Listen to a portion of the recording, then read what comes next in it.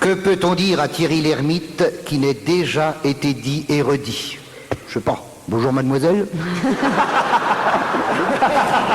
Voilà une bonne idée.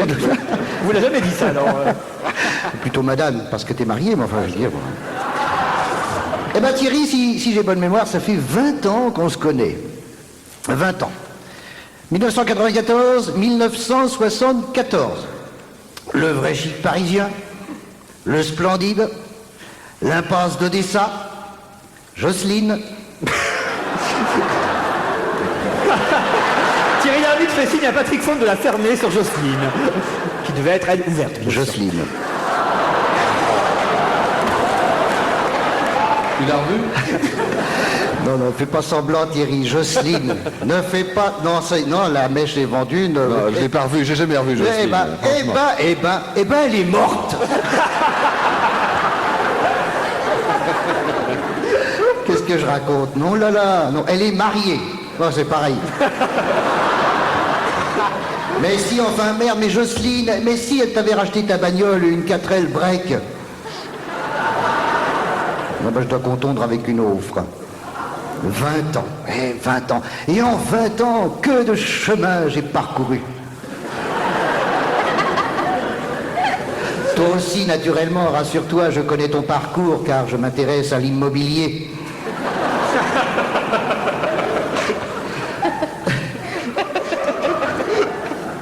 C'est en 1977 que nos routes se sont séparées.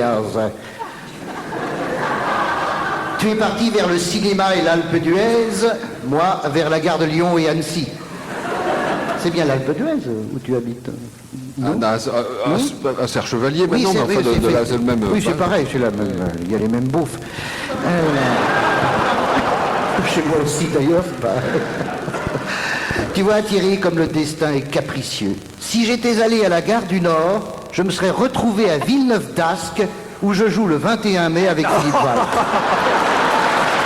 Ben voyons, il y avait longtemps. Où donc? À Villeneuve-d'Ascq, c'est près de Lille. Ah oui. Le 21 mai avec J'ai pas chopé la date, le avec 21 mai. Philippe Alors. Val, le Donc 21 mai. Jocelyne, hein, notez bien. Voilà. Il y a Philippe Val d'ailleurs qui te dit bonjour, il me dit bonjour. Toi non, tu dis pas bonjour. Bon, très bien, non, c'est pas grave, c'est pas grave, c'est pas grave. De toute façon, il écoute RTL à cette heure-ci. Et il veut savoir si le père s'est enfin en tôle. C'est toujours Laurent Ruquier qui est déchaîné, qui feuge comme une asperge aujourd'hui, une semaine après Pâques. 20 ans, oui. Quand on y réfléchit, Thierry, c'est terrible cette histoire de dissident chinois. Excuse-moi. Tu parles plus de Jocelyne, là. Excuse-moi, parce que c'est l'actualité, il a fallu que ça tombe sur toi. Dissident chinois, t'es venu aujourd'hui. Voilà.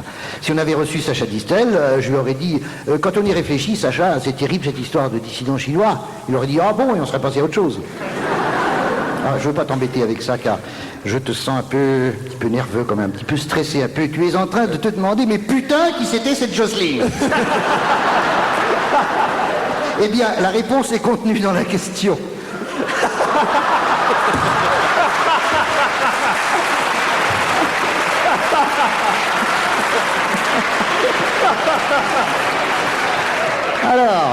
Alors tu sors un film là, elle n'oublie jamais. Vu le scénario, j'aurais appelé ça Lâche-moi la grappe. Enfin bon. Ça pourrait aussi, je ne sais pas. Oui. Je l'ai pas vu, mais... Tu as dit tout à l'heure que le héros qui était marié commettait une demi-faute en trompant sa femme. Une demi-faute. Il aurait donc niqué sa maîtresse à moitié. Ou alors il aurait niqué la moitié de sa maîtresse. Bref, j'ai pas vu le film, j'irai voir pour... hein. Bref, la morale de ce film, trompe-moi si je m'interromps.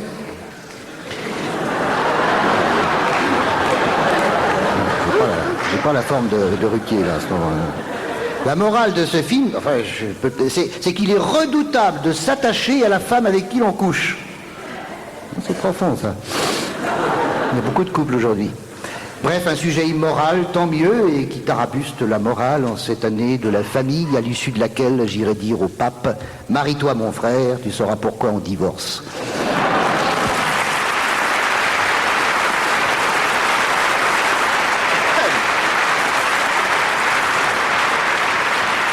C'est vrai que vous avez connu Patrick Font comme ça à vos débuts Oui, juste après Jocelyne. Vous avez Et débuté il en sortait, passez-moi l'expression. Non, passez-moi Jocelyne alors.